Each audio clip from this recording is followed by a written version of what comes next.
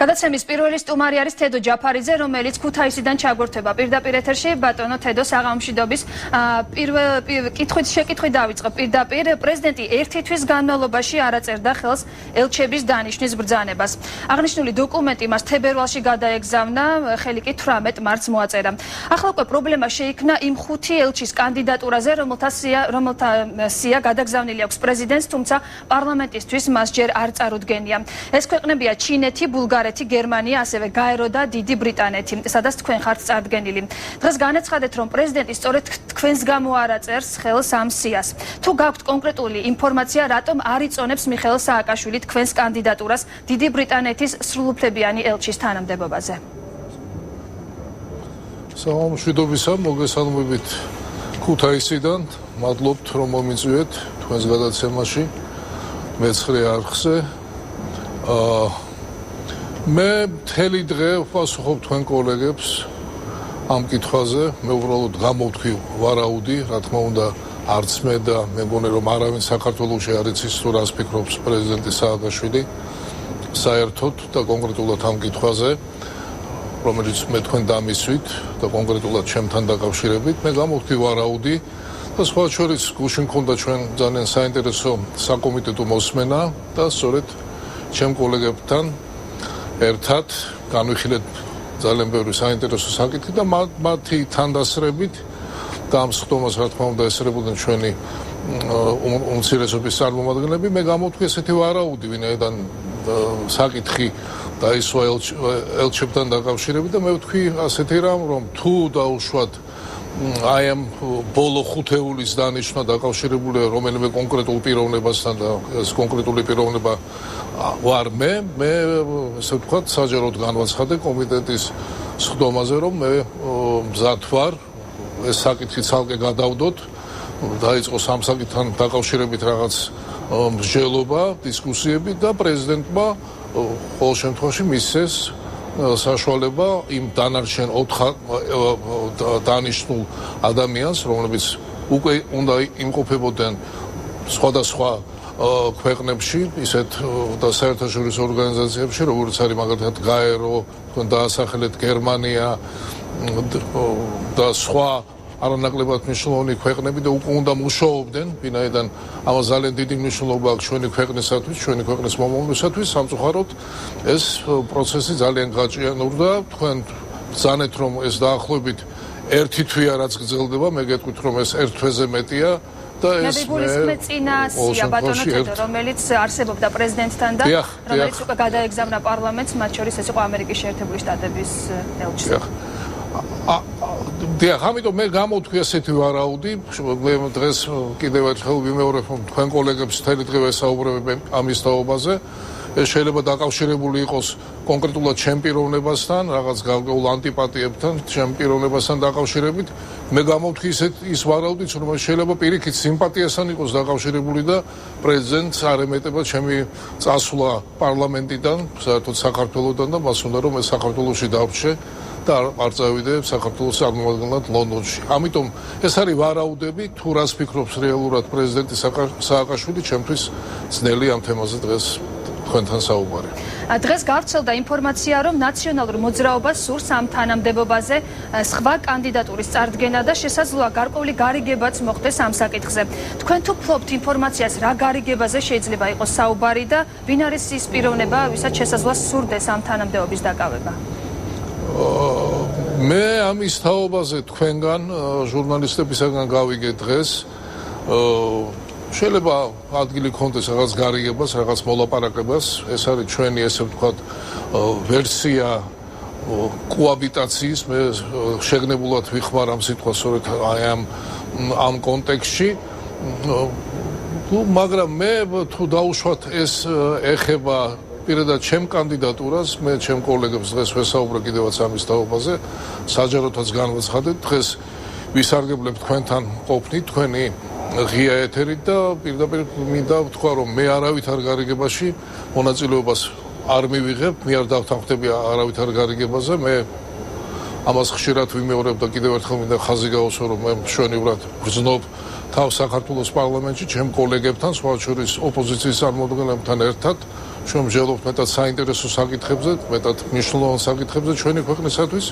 მე ვარ პარლამენტის საგარეო საქმეთა კომიტეტის თავმჯდომარე, მოიხსენებოდა საკმაოდ მაღალი რანგის პოსტია და მე არავით არ გარიგებაზე. მე ყოველთვის ვემსახურებოდი სახელმწიფოს, საქართველოს დაწყებული ზვიად გამსახურდიას პერიოდიდან და დღესაც ამ ამპლუაში ვარ. მე არავითარ გარიგებაში ამ მხრივ მონაწილეობას არ მივიღებ და ის შემოთავაზება, რომელიც მე მივიღე, ეს არის ჩემი დანიშვნა ლონდონში, რომელიც გადაიქცა, ასე ვთქვათ, ძალიან მწვავი დისკუსიების თემად. მე სწორედ ამ კონტექსტში განვიხილავ, რომ მე ვარ დღეს პარლამენტში კომიტეტის თავმჯდომარე. თუ მოხდება და მე დამამტკიცებენ საქართველოს ელჩად ლონდონში, მე ისევ საქართველოს სამსახურში ჩავდგები. ეს არის ჩემი პოზიცია. ამიტომ არავით არ გარიგებაში რაც არ უნდა მოხდეს და რაც არ უნდა დიდი რაღაც საკითხები იყოს ამაში ჩართული და პიროვნებები, მე ამაზე არ დავთანხმდები. ეხლა ვისთან დაკავშირებით საუბრობს ნაციონალური მოძრაობა, ჩემთვის პირდაპირ გეტყვით გაუგებარია. ბატონ თედო, თუ დათანხმდებით თქვენ იმ კანდიდატურით შეიცვალოს თქვენი კანდიდატურა, რომელიც არის მისაღები ნაციონალური მოძრაობისთვის? არა, იცით, მე დავთანხმდები იმ შემთხვევაში, თუ ეს კანდიდატურა მისაღები იქნება ჩვენი ქვეყნისათვის, არა? მე მგონი ნაციონალური მოძრაობა არ არის მთავარი ძალა, ყოველ შემთხვევაში დღეს ხელისუფლებაში არის სულ სხვა პოლიტიკური გაერთიანება, ქართული ოცნება და ამიტომ ამ გვარ გადაწყვეტილებებს ალბათ მიიღებს ქართული ოცნება და მისი ხელმძღვანელობა. პრეზიდენტმა ერთ-ერთ ინტერვიუში განაცხადა, რომ ერთ დღეში გადასაწყოდი საკითხი არ არის ელჩების დანიშვნის თემა. თქვენ ხომ არ ფიქრობთ, რომ მხოლოდ თქვენი საკითხი არ არის სადაო? გერმანიაში საქართველოს ელჩი გაბრიელა ჰაბსბურგი, რომელიც ამ თანამდებობას 2009 წლიდან იკავებდა, არის ვარდების რევოლუციის მონუმენტის ავტორი და მას ძალიან კარგი ურთიერთობა აქვს საქართველოს პრეზიდენტთან. ხომ არ არის საუბარი იმაზეც, რომ მიხეილ სააკაშვილს სურს მისი დატოვება თანამდებობაზე და სწორედ ამიტომ არ აწერს ხელს აღნიშნულ სიას? არა, იცით, ახლა მიხეილ სააკაშვილს, პრეზიდენტ სააკაშვილს მაპატიეთ შეიძლება ბევრი რამე სურს, ბევრ რამეზე ფიქრობს, ბევრი ვიღაცის დატოვება უნდა ამა თუ იმ თანამდებობაზე და კონკრეტულად თქვენ ქალბატონი ჰაბსბურგი ახსენეთ, მაგრამ აქ უკვე ჩვენ შეხება გვაქვს, ესე ვთქვათ, დიპლომატიურ კონტექსტთან. ქალბატონი ჰაბსბურგი უკვე კარგი ხანია იმყოფება ამ თანამდებობაზე, მისი ვადა ამ თანამდებობაზე ყოფნის ამოიწურა და რაც არ უნდა უნდოდეს ბატონ სააკაშვილს ამ ქალბატონის ამ პოსტზე დატოვება, ეს ჩვენი კანონების თანახმად შეუძლებელია. მაგრამ კიდევ ერთხელ ვიმეორებ, მე მგონი დღეს საქართველოში სულ სხვა რეალობაა, სულ სხვა პოლიტიკური რეალობაა და გამომდინარე, რა თქმა უნდა, პრეზიდენტი დღეს კონსტიტუციით იგი განსაზღვრავს, თუ ვინ იქნება, მან უნდა მოაწეროს ხელი იმ დოკუმენტს, რომელიც განსაზღვრავს ელჩის კანდიდატურას, ელჩის გვარს და სახელს, მაგრამ მე კიდევ ერთხელ ვიმეორებ, რომ მან და არა მარტო მან, ეთქობა ვინც მას აძლევს რჩევას, ან შეიძლება არავინ არ აძლევს რჩევას ამ საკითხთან დაკავშირებით, მან რეალობას უნდა შეხედოს თვალებში და გათვითცნობიეროს, რომ დღეს საქართველოში სულ სხვა ხელისუფლებაა, რომელიც იღებს გადაწყვეტილებას და რაც მთავარია, ხელისუფლება, რომელიც ეს არ არის მთავარი თემა დღევანდელ რეალობაში ჩვენი ქვეყნისათვის, არა, ხელისუფლება, რომელსაც აქვს ძალიან დიდი პრობლემები გადასაწყვეტი და მე მგონია, რომ ეს ყველაფერი რაღაც ტრაგიკომიკური ფარს წააგავს უკვე, ვინაიდან მე არ ვთვლი, რომ დღეს თედო ჯაფარიძის დანიშვნა, რომლის გვარი დასახელებულია გერმანია იქნება თუ ეს თუ დაუშვათ გაერთიანებული ორგანიზაცია, არ არის ის მთავარი თემა, რაზედაც ბატონმა პრეზიდენტმა დარჩენილი თვეები უნდა დახარჯოს და ეს ენერგია შეალიოს სწორედ აი ამ ძალიან პრინციპში უმნიშვნელო საკითხს. თუმცა ბატონო თედო, ეს არის საკმაოდ საკვანძო ქვეყნები, სადაც საქართველოს არ ყავს ელჩები და დღითი დღე იზრდება იმ საელჩოთა რიცხვი, სადაც ვაკანტური ხდება ელჩის თანამდებობა. სწორედ იმიტომ, რომ პრეზიდენტმა გააჭიანურა ელჩების დანიშვნა. რამდენად შეიძლება დააზარალოს ამ ფაქტმა ქვეყანა? მე კიდევაც თქვენ კოლეგებთან საუბრისას ერთ-ერთ ინტერვიუში ცოტა ხისტად და არა დიპლომატიურად ახსენე კიდევაც რომ ეს არის დიპლომატიური აბსურდი რაც დღეს ხდება ელჩებთან დაკავშირებით რა თქმა უნდა ძალიან მნიშვნელოვანია რომ საქართველოს ყავდეს თავისი წარმომადგენლები იმ ქვეყნებში სადაც არის მოხდა დანიშვნა დაუშვათ ავიღოთ დღეს ხოდა სწორედ ამ თემაზე საუბარი ისეთი სერიოზული და მნიშვნელოვანი ჩვენი ქვეყნისათვის ორგანიზაცია გამომდინარე იმ პრობლემებიდან რომელიც ჩვენ გაგვაჩნია როგორც არის გაერო სადაც ჩვენ უნდა გვყავდეს ელჩი ვინაიდან უკვე დაიწყო მუშაობა იმ თავარ დოკუმენტზე იმ რეზოლუციაზე რომელიც უშუალოდ ეხება ჩვენი ქვეყნის ყველაზე მწვავე საკითხებს კონფლიქტების მოგვარებას ოკუპირებულ ტერიტორიებს ვიღაცა შეიძლება ვინც არ არის გათვითცნობიერებული ამ საკითხებში დიპლომატიაში რომ ეს ძალიან ადრეა მაგრამ მერწმუნეთ რომ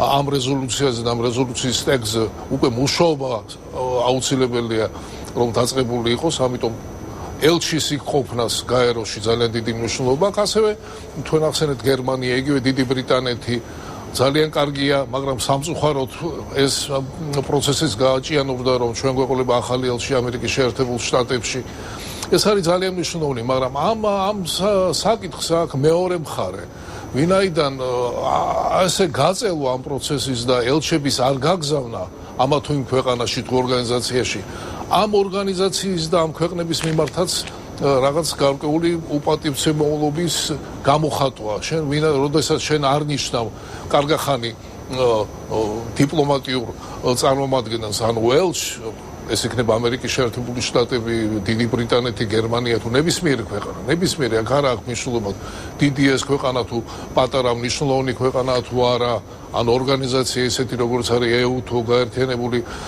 ერების ორგანიზაცია ეს ამ ქვეყნების მიმართ ამ ორგანიზაციების მიმართ გამოვლენა რაღაც უპატივცემულობის. ამიტომ გასაგებია ბატონ კიდევ ერთი საკითხი თუ შეიძლება მართველი ძალა მუდმივად საუბრობს იმის შესახებ რომ შეერთებული შტატები და ევროპა ნაციონალური მოძრაობის მიერ მიწოდებულ ინფორმაციაზე დაყრდნობით აკეთებს დასკვნებს.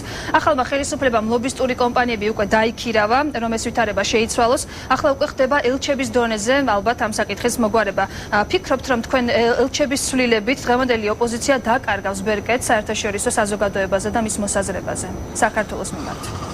ვიცით ამ ბოლო პერიოდში მე ვიმყოფებოდი საზღვარგარეთ მე ვახდით თან პარლამენტის თავმჯდომარეს ბატონ უსუფაშვილს ამერიკის შეერთებულ შტატებში იქიდან მე გადავინაცვლე ევროპაში ვიყავი ბრიუსელში მივიღე მონაწილეობა ბრიუსელის ყოველწლიურ მაღალი რანგის ფორუმში მქონდა ორფრივი შეხვედრები და მინდა დაგარწმუნო ჯერთი მინდა გითხრათ რომ ძალიან მაღალი დონის და ძალიან მნიშვნელოვანი შეხვედრები მქონდა ბატონ დავითს ამერიკის შეერთებულ შტატებში და აქვე მინდა გითხრათ რომ აი ეს მითი და შეიძლება რეალობაც კიდევაც ვინაიდან ნაციონალური მოძრაობის წარმომადგენლები საკმაოდ აქტიურად მუშაობდნენ ევროპასა და ამერიკაში, მაგრამ დღეს შემიძლია გითხრათ, რომ ევროპაც და ამერიკაც ათვისნობიერებს იმ რეალობას, რომელიც დღეს არსებობს საქართველოში, მათ ისინი ადეკვატურად იღებენ ინფორმაციებს იმ მოვლენებთან დაკავშირებით და იმ რეფორმებთან დაკავშირებით, რომლებიც ხორციელდება საქართველოში, რა თქმა უნდა, მათ აქვთ თავიანთი მოსაზრებები, შენიშვნები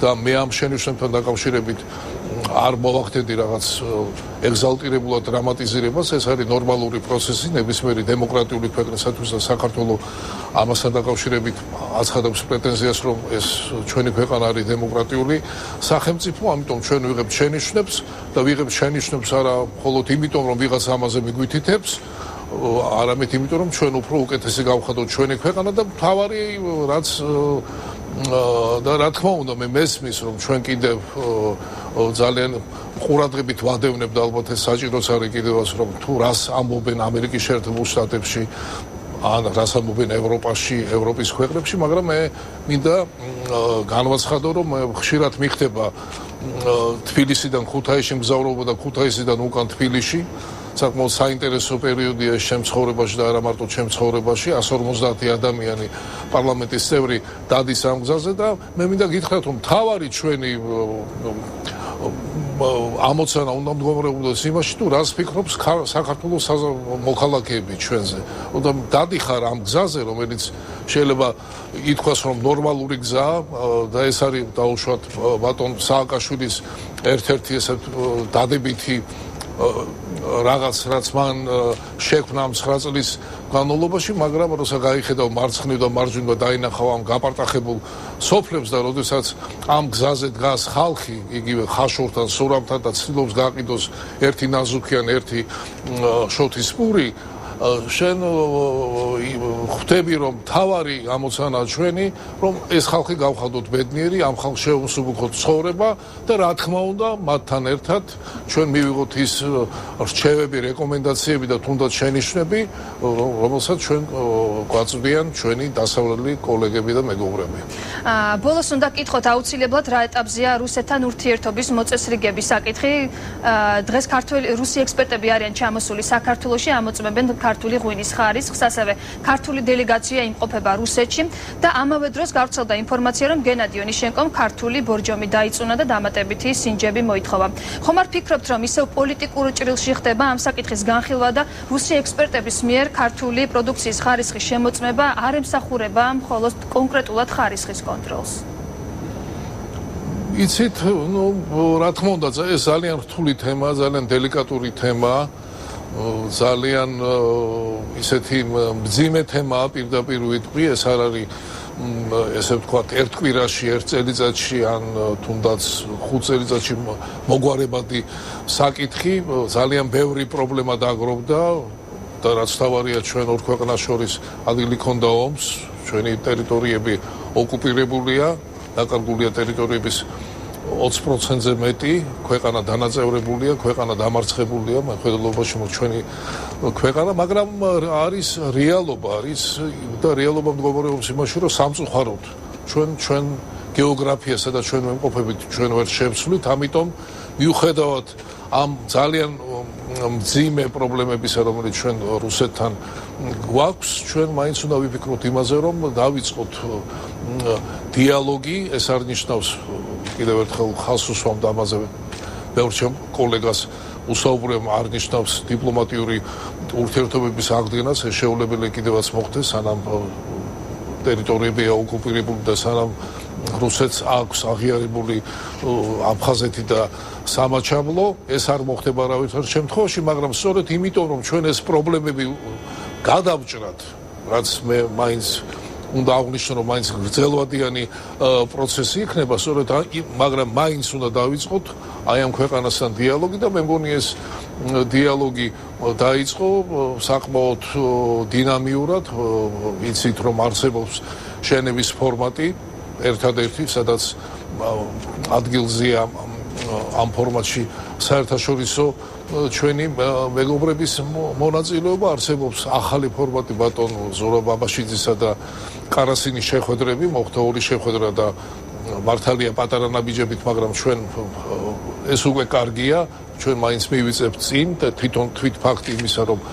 ორი მაღალი რანგის დიპლომატი ხვდება ერთმანეთს, უკვე კარგი ფაქტია. ჩვენს პარლამენტის მხრიდან ჩვენს ვცდილობთ რაღაც გარკვეული წვლილი შევიტანოთ აი ამ ესე ვთქვათ დინამიკაში, მოგესალმებათ, რომ და ეს ადრეც ხდებოდა სხვა შორის, არავინ არ იფიქრობს, რომ თედო ჯაფარიძემ წამოიწყო ეს დიალოგი რუსეთთან. ბატონ თედო, გასაგებია ყველაფერი, თქვენ რაზეც საუბრობთ, თუმცა მაინც მინდა რომ მკითხოთ, თქვენ დარწმუნებული ხართ რუსი ექსპერტების გულწრფელობაში, როდესაც ისინი იწუნებენ ბორჯომის ხარისხს? რა თქმა უნდა, არა ვარ მე დარწმუნებული, მე არც ონიშენკოს გულწრფელობაში და ხის პოზიციაში დაუშვათ მე არ ვამბობ იმას, რომ ონიშენკო, მაგრამ რომ ონიშენკო ამ ხრივ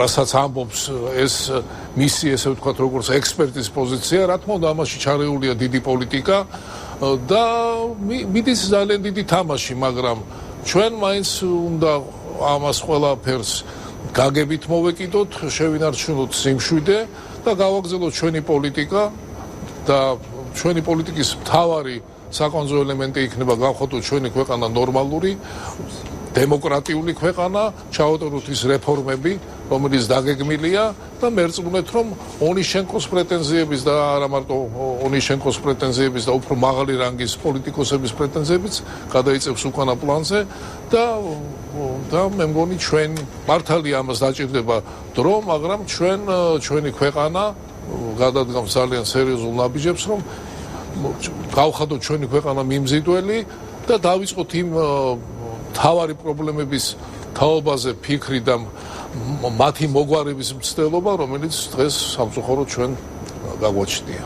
ძალიან დიდი მადლობა ბატონ თედო, რომ მონაწილეობას იღებდით ჩვენს გადაცემაში. თედო ჯაფარიძე იყო ჩვენი სტუმარი, ახლა კი რეკლამის შემდეგ ირაკლი ბათიაშვილთან ერთად დავბრუნდებით.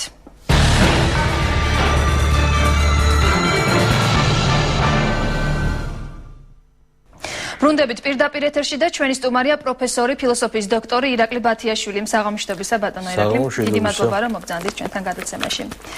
თქვენ განაცხადეთ, რომ სახელმწიფო სტრუქტურებში არის ჩადებული ნაღმი, რომლის ამოქმედებამ შეიძლება სერიოზული საფრთხე შეუქმნას როგორც ხელისუფლებას, ასევე ქვეყანას. აქ იგულისხმება ნაციონალური მოძრაობა და მისი დასაყრდენი ძალები, რომლებიც ჯერ კიდევ ინარჩუნებენ მაღალ პოზიციებს სტრუქტურებში. რა საფრთხეს ხედავთ თქვენ იმაში, რომ ნაციონალური მოძრაობის მხარდამჭერები ისევ რჩებიან თანამდებობებზე? ეს იქნება პირველი კითხვა და შემდეგ უკვე მივყვეთ რა ხდება რეალურად ამა თუ იმ უწყებაში. მე მგონი არავითარ კითხვას არ უნდა ბადებდეს და არანაირ გაურკვევლობას ის რომ ყოფილი რეჟიმის აქტიური მხარდამჭერები რომლებიც მონაწილეობდნენ ოპოზიციის პოლიტიკურ დევნაში, ადამიანების პოლიტიკურ დევნაში, მონაწილეობას იღებდნენ მთელ რიგ, ასე ვთქვათ, რეპრესიული მანქანის მუშაობაში, იყვნენ ჩართული მთელ რიგ დანაშაულებრივ ოპერაციებში და ასე შემდგომ და რომლებიც, ასე ვთქვათ, სისხლით და სარგებელით იყვნენ დაკავშირებული ვანო მერაბიშვილთან, ზურაბ ბადეიშვილთან, თუ აი მთელ ამ ყოფილი რეჟიმის აი ამ საკვანძო ფიგურებთან და რა თქმა უნდა თავად მიხეილ სააკაშვილთან საბოლოო ჯამში, რომ ამ ადამიანების ყოფნა ისეთ სტრუქტურებში, რომელზედაც დამოკიდებული არის თვითონ სახელმწიფო სტაბილურობა, რომელზედაც დამოკიდებული არის სახელმწიფოს უსაფრთხოება, ეს არის თავისთავად ცხადია ნაღმი, ეს არის ძალიან სარისკო, ანუ რისკის მაღალი ხარისხის მქონე ფაქტორი და სწორედ ქვეყნის უპირველეს ყოვლისა ქვეყნის უსაფრთხოების ინტერესებიდან გამომდინარე. მაშინ, როდესაც ჩვენ ჯერ კიდევ არ გვაქვს პოლიტიკურად სრულფასოვნად სტაბილური ვითარება. უფრო მეცაც ვიტყვი, საზოგადოებაში არსებობს სერიოზული გაურკვევლობის განცდა. თვალს უნდა ვუხუჭებთ ამას დღევანდელ ვითარებასთან დაკავშირებით. ესაა რეალობა. არის ეს გაურკვევლობის, ეს სიმყიფის განცდა არსებობს და ასეთ ვითარებაში, როდესაც ჩვენ ხედავთ, რომ ნაცმოძრაობას აქვს შემუშავებული გამოკვეთილი სტრატეგია, ასე ვთქვათ, თავისი მოქმედების, რომელიც უპირველეს ყოვლისა პირველი გულისხმობს, რომ შეინარჩუნონ თავისი მუდმივი აქტუალობა, იყვნენ მუდმივად ტალღაზე, ეს ერთი ასპექტია და ამით შეინარჩუნონ თავისი ორგანიზაციული მთლიანობა და მეორე, რაც გულისხმობს, რომ მუდმივად აწარმოონეს ობსტრუქცია, ესე იგი დისკრედიტაცია, საბოტაჟი დღევანდელი ხელისუფლების როგორც საგარეო პოლიტიკურ ასპარეზზე, ასევე საშინაო პოლიტიკურ ასპარეზზე. ცხადია ამ ფონზე მათთვის სწორედ ნაცმოძრაობისთვის არის ასევე უმნიშვნელოვანესი, როგორც მათი სტრატეგიის ერთ-ერთი უმნიშვნელოვანესი შემადგენელი კომპონენტი, რომ შეინარჩუნონ მყარად თავიანთი მეხუთე კოლონა, თავიანთი დასაყრდენი ძალები ესეთ სტრუქტურებში. მოდით ბატონო, და უპირველეს სახელმწიფო სტრუქტურებში, და უპირველეს ყოვლისა, რა თქმა უნდა, ეს ეხება შინაგან საქმეთა სამინისტროს, რომელიც თავის-თავში აერთიანებს დღეს, იცით, ესე იგი, ეს არის რელიქტური, ატავისტური დანატოვარი წინა რეჟიმის, რომ შინაგან საქმეთა სამინისტრო თავის-თავში აერთიანებს პოლიციურ სტრუქტურასაც და უშიშროების სტრუქტურასაც, ის არის თანამედროვე, ესე იგი, NKVD-ს სტილის რაღაც სტრუქტურა დაგვიტოვეს, მაგრამ აი სწორედ აქ რომ მათ შეძლეს თავიანთი სერიოზული კონტინგენტის დატოვება ადამიანების, მე მინდა რომლებიც საკვანძო თანამდებობებზე იყვნენ სააკაშვილის დროს და ვიმეორებ თელ აი იმ ასე ვთქვათ საქმიანობაში მონაწილეობდნენ როგორც იყო პოლიტიკური ნიშნით ადამიანების დევნა, რეპრესიები, დანაშაულებრივი ოპერაციები და ასე შემდგომ და რომლებიც დღესაც არიან საკვანძო თანამდებობებზე და მე ვთქვი რომ სახში მიდიან და ისე ვანო მერაბიშვილის სადღეგრძელოს სვავენ და რომლის წყალობითაც მე აღვნიშნე რომ დღეს სამწუხაროდ მე გეუბნებით ზუსტ რაღაცას დღის ბოლოსთვის ვანო მერაბიშვილის არ ვიცი სახში თუ კაბინეტში დევს ხოლმე ინფორმაციები რა ხდება სხვადასხვა სტრუქტურებში და მათ შორის უპირველეს ყოვლისა შინაგან საქმეთა სამინისტროში იმდენად ესე ვთქვათ ჟონავს ეს ინფორმაციები რა თქმა უნდა ეს არის საგანგაშო ვითარება რომელიც უნდა არის ირაკლი ღარიბაშვილმა ბატონო ირაკლი მე მინდა აქვე აღვნიშნო არა დელიკატურობის გამო არამედ ჩემი პირადად მე პირადად ვარ ძალიან კეთილგანწყობილი და დიდი სიმპათიით ბატონი ირაკლი ღარიბაშვილის მიმართ საერთოდ მე დღესაც ვთქვი რადიო იმედზე რომ სულ რო ყველაფერს თავი გავანებოთ უნდა ვიყოთ ობიექტურები და ელემენტარულად გვიხაროდეს რომ გუში რომ ვანო მერაბიშვილი სნაირი ადამიანი იყო შინაგან საქმეთა მინისტრი დღეს არის ირაკლი ღარიბაშვილის სნაირი პიროვნება და მე დარწმუნებული ვარ რა თქმა უნდა მის გულწრფელ სურვილებში არის რომ მოახდინოს ამ სისტემის რეფორმირება და ის არ გამოიყენოს არასდროს მომავალში როგორც იარაღი პოლიტიკური დევნისა მაგრამ ეს არის სერიოზული პრობლემები მე არ ვიცი რატო ამდენი ხნის განმავლობაში იცით რა არის ყველაფერი აი რაღაც ინფორმაციებზეა დამოკიდებული რომელიც ყოველთვის ხელმძღვანელ პირთან მიდის ხო ამასაც რაღაც ახსნა განმარტებას ალბათ მისი ქვეშემბრძომები ალბათ მოუნახავენ რომ აი რატო ხდება რომ ამხელა კონტინგენტი ესეთი თანამშრომლების ესეთი ადამიანების არის შენარჩუნებული მაგრამ მე იმედი მაქვს რომ ბატონი ირაკლი ამას თანმიმდევრულად გადაწყვიტავს რა თქმა უნდა ჩვენი საზოგადოების მხრიდან ესეთი თემების გახმაურება ემსახურება არა იმას რომ უბრალოდ სკანდალი გვინდოდეს ან რაღაც იმის ატეხვა არამედ საბოლოო ჯამში ესეთი პრობლემები გადაწყდეს მე ისიც მინდა აღვნიშნო რომ მე ძალიან კარგი მე თავად ვიყავი საინფორმაციო სადაზვერვო სამსახურის თავმჯდომარე და მე ძალიან კარგად მესმის რომ ესე არ წმენდა და ეგეთი რაღაცები ყოველთვის უნდა შეინარჩუნო გარკვეული ბაზა ძველი უამრავი ძველი თანამშრომელი რომელიც მუშაობდა სააკაშვილის და ვანო მერაბიშვილის დროს ეს იმას კი არნიშნავს რომ ისინი გაყარო და ესე გაწმინდო როგორ მე პირადად ჩემი მოადგილეები იყვნენ ყველა ძველი პროფესიონალები და ეს ბაზა მე შევინარჩუნე რა თქმა უნდა მაგრამ აქ ლაპარაკი არის სწორედ რომ ისეთი ადამიანები რომლებიც იმეორებს სისხლით სარგებლით იყვნენ გადაკავშირებული წინა რეჟიმთან ბატონო ირაკლი მოდით ბარემ დავიწყოთ ამ ადამიანების გვარების ჩამოთვლა თქვენ ახსენეთ გია ჩიხლაძე ვაჟა მაძმიშვილი შალვა ჯანაშვილი სოსო ფარჩაიძე ვალერიან თელია რომელსაც უკვე მაყურებელი იცნობს ბათუმში მომხდარ ინციდენტთან დაკავშირებით რა შეგიძლიათ თქვათ ამ ადამიანებზე რატომ ფიქრობთ რომ მათი დარჩენა არის უწყებაში საფრთხეში ახლა მაგალითად ვალერიან თელია ავიღოთ ხო ძალიან კაი იქნებოდა რომ თქვათ შემდეგ გადაცემაში თქვენ დაგეძახათ არის ესეთი პიროვნება ძალიან კაი პიროვნება და ჩვენი საზოგადოების პოლიტიკური სპექტრისთვის ძალიან ყველასათვის კარგად ნაცნობი პიროვნება გია ბერძენაძე რომელიც არის ვეტერანთა გაერთიანების ხელმძღვანელი მას ვეტერანებიც ეს არის პოლკოვნიკი კაცი სამართალდამცავ ორგანოებში ნამუშევარი მას კარგად იცნობენ კაი რეპუტაციის მქონე ადამიანი რომელიც ძალიან აქტიურად იყო პირველივე დღეებიდან ჩართული ოპოზიციურ ესე ვთქვათ თელა საქმიანობაში ვარდების რევოლუციის პირველივე დღეებიდან იყო რეჟიმთან დაპირისპირებული სხვათა შორის და 2009 წლის აპრილის აქციების დროს იყო აქტიურად ჩართული იმ აქციებში და ეს მე ისიც რომ აპრილის აქციებს მოყვა ალღა მთელი რიგი ესე ტერორისტ რეპრესიების ყობა დავითაშვილი რო გაიტაცეს და კინაღა მოკლეს და ვახოლაღიძე რო გაიტაცეს და მოკლეს ცემით ეხლა ზოგს ცემდნენ ზოგს იჭერნენ მერაბრატიშვილი დაიჭირეს და აი უამრავი ესე მაგალითად ზაზა ბრეგვაძე ჩემი მეგობარი უშიშროების პოლკოვნიკი დაიჭირეს და უთხრეს აი ბათიაშვილის მეგობარი რო ხარ გიჭერთ და იარაღი ჭერ აი ესე დაიჭირეს გია ბერძენაძე შემდეგ გირაუთი იქნა საერთო მოთხოვნით გამოშვებული და მაგრამ მაშინ დაიჭირეს ისა და აი სწორედ მასაც ესე იარაღი ჩაუდეს და იარაღის ჩამდები იყო მაშინ ვალერია თელია თქვენ მე ამას მე კი არ თვითონ გია ბერძენაძე იძახის მე ამ საკითხს ესე არ დავტოვებ ეს დადასტურებულია თვითონ ესე იგი გია ბერძენაძე აპირებს ამ საკითხზე ესე იგი საჩივარი შეიტანოს და შეიძლება უკვე შეტანილი აქვს და ესე იგი ამაზე იყო ერთი ამბავი ატეხილი თავის დროზე რომ ამ კაცი იარაღი ჩაუდეს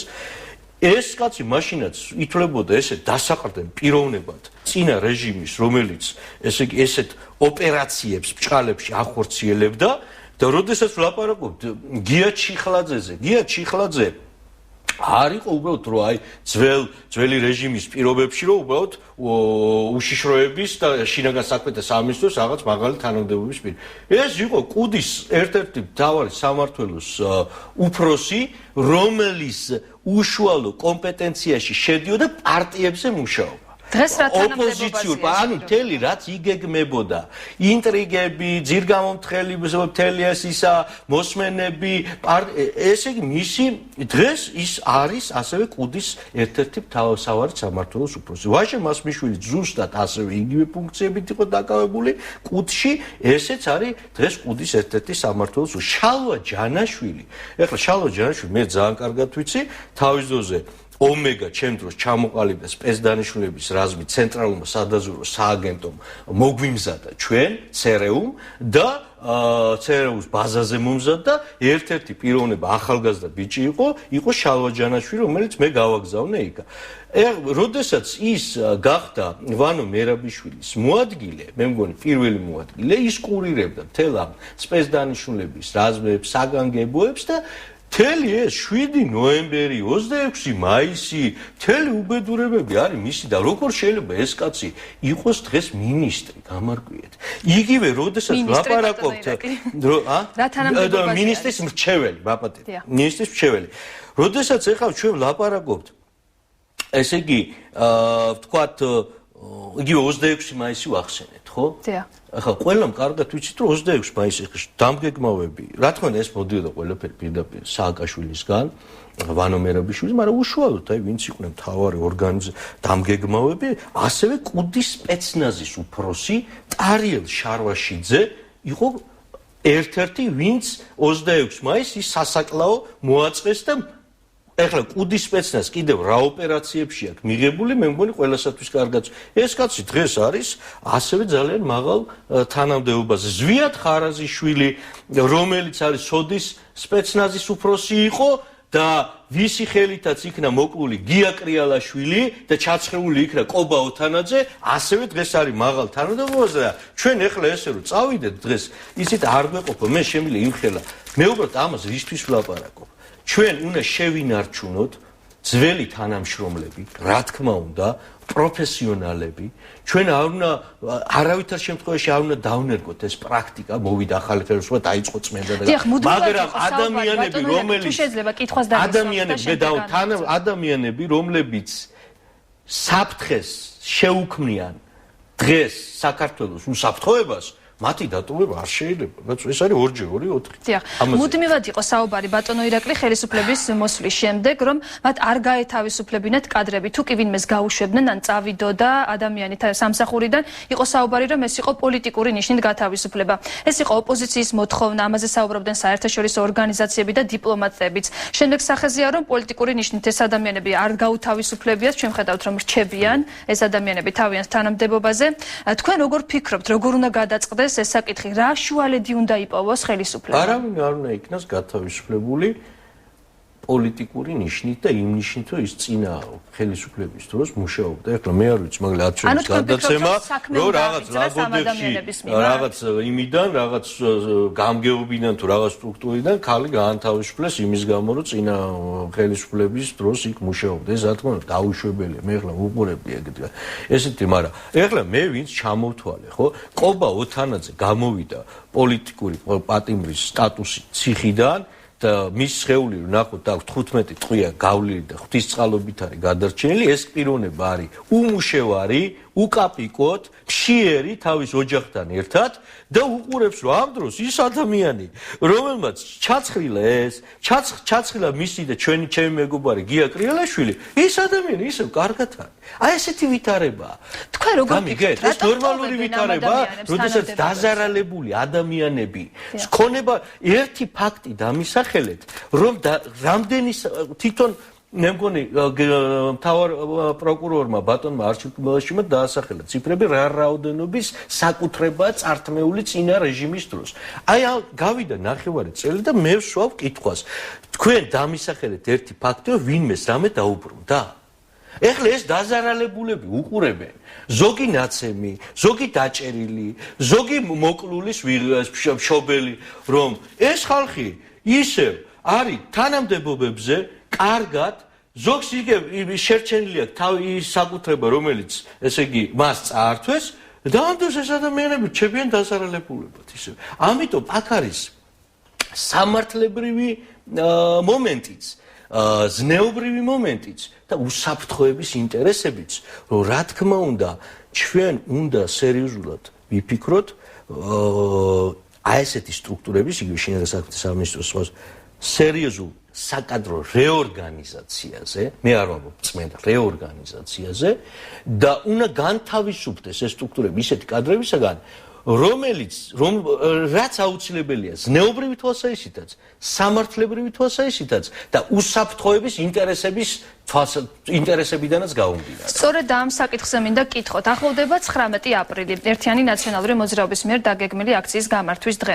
როდესაც განსაკუთრებული პასუხისმგებლობა აკისრია სწორედ შინაგან საქმეთა სამინისტროს, რომ იყოს დაცული საზოგადოების უსაფრთხოება. ხომ არ ფიქრობთ, რომ ის ადამიანები, რომლებიც თქვენ ჩამოთვალეთ, ამ ადამიანებს გამოიყენებს ნაციონალური მოძრაობა საკუთარი თავის სასარგებლოდ, ასე ვთქვათ. სწორედ 19 აპრილს. მე არ მგონი ახლა 19 აპრილს, ახლა რა თქმა უნდა, ნაცმოძრაობა შეიძლება შეეცადოს რაღაც ავანტურის ინსპირირებას და პროვოცირებას არ არის გამორიცხული, აქტიურად მუშაობენ ძალიან. ჩვენ გვახსოვს 8 თებერვალს. მაგრამ მე ერთი ამინა გითხრათ, რომ ჩვენ რაც უნდა ვილაპარაკოთ ნაცმოძრაობის დესტრუქციულ ქმედებებზე, მათ თვითონ ძალიან კარგად იციან, რომ არავით არის შანსი მათ ხალხის ხარდაჭერის მოპოვების აღარ აქვთ. იმთხელა სიძულვი და აგრესია ხალხში მათ ეს თვითონ გაცნობიერებული აქვს და აი მაქსიმუმ შეიძლება აი ფულით, ამ სვირბილით მუშაობა შეუვლიათ ნამდვილად, ეს ფაქტია. შეიძლება რაღაც რაოდენობა მოაგროვონ, სერიოზული რაოდენობაც, მაგრამ ის რომ მათ რაღაცა შეძლონ აი ამ იმით, აი შეიძლება რაღაცა კონფლიქტის პროვოცირება შეძლონ. ამიტომ მე ახლა არ ველოდები ამ 19 აპრილთან დაკავშირებით რაღაცեր, მაგრამ ფაქტია, რომ ჯერ კიდევ მთელი ამ ხნის განმავლობაში, 4 წლის განმავლობაში ეს ძალა იარსებებს, მათ აქვს თავიანთი გეგმები, მე ისიც ვთქვი, აი რა ჩამოვთვალე რაღაც პუნქტები, მათ შორის ტრანსფორმაციის გეგმაც აქვთ, მათ კარგად იციან, რომ ადრე თუ გვიან როგორც ნაცმოძრაობამ აღარ უნდა იარსებონ. ისინი დაელოდებიან იმ მომენტსაც, როდესაც თავად ფიქრობენ ესე კოალიცია, როგორც მყიფე ერთიანობა, ესე ფიქრობენ, ადრე თუ გვიან გასკდება და ვიღაცები გამოეყოფიან. და ჩვენ კარგად გვინახია, როგორ მომხდარა გადათამაშებები, ხალხი. ვინ შეიძლება გამოეყოს ქართულად? აი მაგალითად ესენი ფიქრობენ, რომ ერთ-ერთი ვინც ადრე თუ გვიან შეიძლება საპრეზიდენტო არჩევნებთან და შეიძლება სხვა ერთ-ერთი სუბიექტი, რომელიც ისინი ესე ფიქრობენ, რომელიც შეიძლება ადრე თუ გვიან გამოეყოს კოალიციას, ეს არის ირაკლი ალასანია და მისი გუნდი და საომალოდ მე ესე იგი რა როგორ გადატრიალდება, გადათამაშდება. თქვენ გაიხსენეთ დრო იყო, როდესაც ნაცმოძრაობა, რასაც როცა დაარსდა, მისი სუბიექტები ვინ იყო? თავმჯდომარე იყო მიხეილ სააკაშვილი, თანათავმჯდომარე იყო ლევან ბერძენიშვილი და ასევე რეზო შავიშვილი. ეხლა რეზო შავიშვილი და ლევან ბერძენიშვილი ჩემთვის უაღრესად საპატივცემო პიროვნებები. დღეს სად არიან? ყველამ კარგად ვიცით. ანუ ეს ჩვენ არ უნდა გაგვიკვირდეს ესეთი ტრანსფორმაციები პოლიტიკაში. თვითონ ნაცმოძრაობა კარგად იციან, რომ როგორც ნაცმოძრაობას მათ შანსი არ აქვთ, რომ ის მათ ხალხი აიყოლიონ და ოდესმე მათ აქვთ შანსი მოახდინონ თავის ტრანსფორმაცია და ვიღაცას როგორც ლოკომოტივს შეუერთდნენ. გამიგეთ? რატომ ირაკლი ალასანია? მე გეუბნებით, რაც თვითონ რაზეც ისინი ფიქრობენ, მე იმას კი ამბობ, რომ ეს ესეა.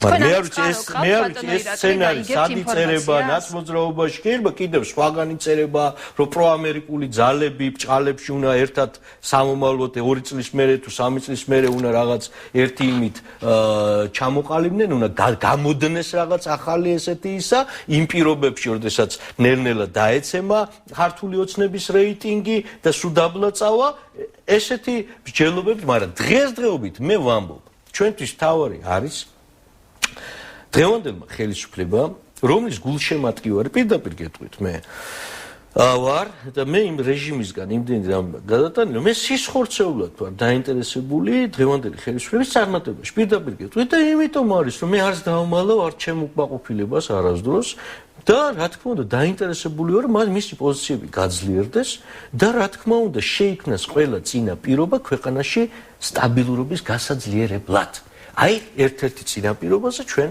ვილაპარაკეთ გასაგებია გადავიდეთ სხვა საკითხებზე რაზეც თქვენ ისაუბრეთ პრესკონფერენციაზე თქვენი მოსაზრებაა რომ ხელისუფლებას და ოპოზიციას შორის არის უნაყოფო და უშედეგო პაექრობა რასაც არაფერი არ მაქვს ქვეყნისთვის თქვენ თვლით რომ საკონსტიტუციო ცვლილებების მიღება უშედეგო იყო ამ საკითხზეც ხომ იყო ძალიან დიდი პაექრობა დებატები და შემდეგ გახდა შესაძლებელი გადაწყვეტილება ამ საკონსტიტუციო ცვლილებების და საერთოდ ამ თემაზეც პირველად აქ ვილაპარაკე ქალბატონ ეკაბერიძესთან დეკემბრის თვეში და მერე დაიწყო ამ თემაზე ლაპარაკი ეს მართლა აუცილებელი იყო ამის გაკეთება ძალიან კაი ეს მოხდა ეს რა თქმა უნდა მომხდარიყო ესე გაკეთებულიყო მაგრამ ჩვენ ახლა ამით ჩავარდებით რაღაც თვითკმაყოფილებაში და ეიფორიაში ფაქტი არის ერთი რამე მე ვთქვი რომ გარკვეულწილად აი მოჯადოებულ წრეში აღმოჩნდა თითქოს დღევანდელი ხელისუფლება როდესაც ის აი ჩაეფლო გაუთავებელ პაექრობაში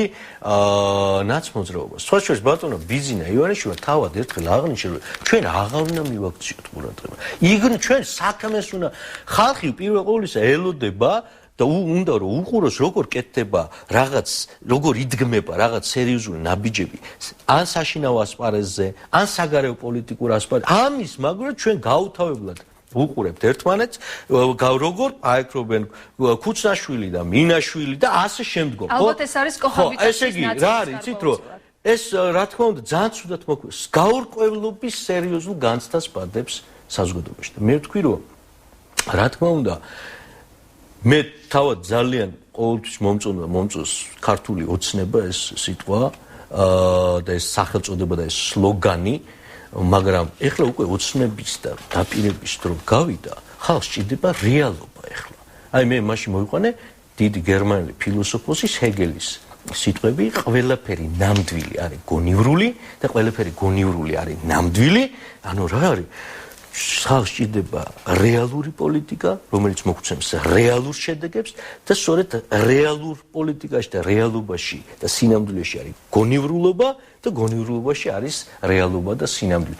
აი ეს ჩვენ ეხლა გვინდა სერიოზული გარღვევები საგარეო პოლიტიკურ ასპარეზზე, საშინაო პოლიტიკურ როგორც არის სოციალური სფერო, ჯანდაცვის სფერო, უმუშევრობის გაურკვევლობა თქვენ შეგიძლიათ მოიწვიოთ სერიოზ მე მქონდა საუბარი ძალიან სერიოზულ დღეს საქართველოში თუ შეიძლება ითქვას ბიზნესმენებთან და იგივე ეს გაურკვევლობის ვითარება ბიზნესზე ცუდად მოქმედებს ეს არის ფაქტი როგორც მოქმედებს ცუდად საზოგადოების ისე ვთქვათ განწყობილებებზე ასევე ეკონომიკაზე ცუდად ამიტომ ეს უნდა დამთავრდეს და უნდა დაინახოს ხალხმა რომ ხელისუფლების პოზიციები არის მტკიცე მყარი და ესე იგი მისთვის ეს პაექრობა თქვათ ნაცმოძრაობაში ცდილობს რომ ნაცმოძრაობა მთელი ნაცმოძრაობა ცდილობს რომ დღევანდელ ხელისუფლებას მთელი ენერგია დაახარჯინოს და მთელი დრო ამას რაც შეეხება ბიზინა ივანიშვილის ხელისუფლებაში მოსვლის შემდეგ პრემიერ-მინისტრმა გამართა შეხვედრა ბიზნესმენებთან და სწორედ მაშინ გამოითქვა გარკვეულწილად რომ იყვნენ ბიზნესმენები წნეხის ქვეშ წინა ხელისუფლების პირობებში.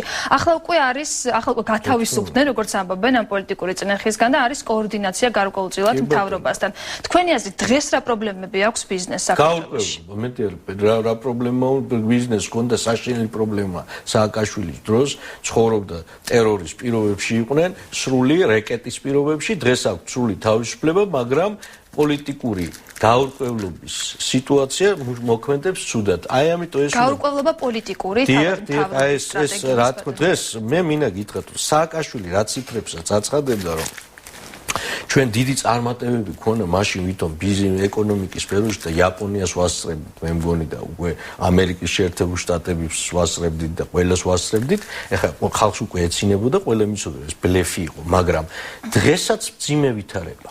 მოსახლეობის ეს არის ფაქტი, იგივე დააკვირდით საშუალო მცირე ბიზნესაც ეხება, რთული ვითარება, ძალიან რთული სტაგნაციის ვითარება არის და რა თქმა უნდა, ამის მთავარ მიზეზს მე ვფიქრობ, რა თქმა უნდა, ჩვენ ვხედავდეთ, რომ ჯერ კიდევ მყარი სტაბილური სიტუაცია არ არის. თუმცა არის სოფლის მეურნეობის პროგრამა. ეს არის სერიოზული, რა თქმა უნდა, ძალიან სერიოზული საქმე, ეს არის რეალური ხელმოსაჭიდი პროგრესული, ესე ვთქვათ, ნაბიჯი, ისევე როგორც სერიოზული საქმე იყო პოლიტიკური პატიმრების განთავისუფლება. ესეც არის რეალური. ამიტომ, სწორედ აქეთკენ ჩვენ უნდა, რა თქმა უნდა, ეხლა წავიდეთ იმ გზით, რომ ნებისმიერი ესეთი ნაღმები სახელმწიფო სტრუქტურებიდან ამოვიღოთ, რომ შეიქმნას სრულიად სტაბილური ვითარება, რომ ენერგია დაიხარჯოს არა პაექრობაზე და ნერვიულობაზე და იმაზე, რომ იმან რა თქვა და ნაცმოძრაობა რას იზამს და რა ავანტიურას მოაწყობენ და რა, არამედ მთელი ენერგია ძალისხმევა მიიმართოს თავიდან ბოლომდე საქმეს. ერთ-ერთი მთავარი საკითხი, რაზეც თქვენ საუბრობთ, არის სამართლიანობის აღდგენა. თქვენი მოსაზრებაა, რომ ამ პროცესის ნაწილია მხოლოდ ბაჩუ ახალაიას დაკავება, დანარჩენს უწოდებთ პაროდიას. რატომ? არა, მე ვამბობ, რომ ჯერჯერობით მე ამოვდივარ იმ ფაქტს ვამბობ, რომ პატიმარი, რასაც ქვია, ყოფილი რეჟიმის წარმომადგენლებიდან, მაღალი თანამდებობის პირებიდან, იმ რეჟიმის, რომელსაც ყველა ჩვენ, მათ შორის ქართული ოცნების ლიდერები და სულ ყველა ვამბობდით, ეს არის დიქტატურა, დამნაშავე რეჟიმი, ავტორიტარული და ასე შემდგომ, და მაშინ ვიღაცებმა ხო უნდა აგოს აი იმ მთელ დანაშაულებებზე. ერთადერთი პატიმარი დღეს არის მხოლოდ ბაჩუ ახალაია. ხო ეს დამისახელეთ ცხოვრება. ანუ ჩვენ სხვა სამართლობის აღდგენის პროცესი არ არსებობს. უნდა სიმართლეს. ეს არის ესე იგი ფაქტობრივად მკვდარი წერტილი და ვერ დაიძრა. მთელი პროცესმა მიიღო რა ხასიათი. იგრძნობა საქმე, იბარებენ დაკითხვაზე, მერე ბრუნდება. იბარებენ დაკითხვაზე, ესე იგი მერე აკავებენ, მიყავთ სასამართლოში, მერე გირაოთი უშვებენ. თუ პირველი სხვათა შორის რაც ხელისუფლებას უნდა დაეწყო პირველივე დღეებით ეს მათ კარგად იცოდნენ ეს ხო სწორედ სასამართლო რეფორმა აი რაც დღეს კიდევ იწელება გაუთავებელი ამ დისკუსიებით თუ არა და რასაც დღეს თავაზობს უმრავლესობა ხო ეს არის ესე რომ ვთქვათ უზარმაზარი კომპრომისები სააკაშვილის დროს ყველამ კარგად ვიცით იუსტიციის საბჭო როგორ კომპლექტდებოდა. თავიდან ბოლომდე აკომპლექტებდა სააკაშვილი და მაშინდელი უმრავლესობა. დღეს მართლაც და ყველანაირ იმასზე მიდიან, ხო კომპრომისზე უმცირესობასთან. გაიწელა პირველივე თვეს ეს უნდა დაწყებულიყო. როცა ყველამ კარგად ვიცოდით, რომ სასამართლო იყო ყველაზე მტკივნეული და მთავარი ესე ვთქვათ პრობლემა საქართველოში. რაზედაც ოპოზიცია კი არ ლაპარაკობდა მხოლოდ წლების განმავლობაში საქართველოს თვით სახელმწიფო დეპარტამენტის ყოველწლიურ მოხსენებაში ლაპარაკი იყო რომ უმძიმეს მდგომარეობაში არის სასამართლოს დამოუკიდებლობა საქართველოში. ნატოს სამიტებზე იყო ამაზე ლაპარაკი და ეს იყო გასაკეთებელი და ესე იგი მე საზოგადოებაში ესეთი აზრი შეიქმნა რომ ეთყობა ეს აწყობსო ქართულ ოცნებას და დღევანდელ ხელისუფლებას რომ ამბობენ რომ რა ვქნა ჩვენ კი ვიჭერთ მაგრამ სასამართლო უშვებს მერე ამათ. გამიგეთ პაროდიული ვითარება შეიქმნა. ეს რომელ სამართლიანობის აღდგენის პროცესზე მე არ ვარ მომხრე ირაკლი ბათიაშვილი ქრისტიანი კაცი ვარ გავლილი მაქვს დევნაც და ციხეც და ყველაფერი რომ აქ მართლაც და მასიური ანგარიშწორების ღმერთმა და ანგარიშწორების ვითარება შეიქმნა ეს გააკეთა სააკაშვილი და რა მივიღეთ და ეს არ უნდა მაგრამ რაღაცა სამართლიანობის აღდგენის ელემენტარული ამ პროცესი უნდა იყოს როდესაც 15000 20000 საჩივარია შექმნილი და შეტანილი და ესე იგი ფაქტიურად არაფერი არ ისმის არსაიდან ხმა არსი ძახილი ეს საზოგადოებაზე ძალიან ცუდად მოქმედებს. აბა ვკითხეთ ეს როგორ მოქმედებს დღეს აფრასიძეების ოჯახზე. გასაგებია, ძალიან დიდი მადლობა ბატონო ირაკლი, რაზეც თქვენ ისაუბრეთ. ამის შესახებ ჩვენ აუცილებლად დაუსვამთ შეკითხვებს საქართველოს შინაგან საქმეთა ministrს და მასაც ექნება თავისი პოზიცია. ძალიან დიდი მადლობა რომ იყავით ჩვენი სტუმარი. ირაკლი ბათიაშვილი პასუხობდა მთავარ კითხვას, მე კი ამით გემშვიდობებით, მშვიდობიან ღამეს გისურვებთ.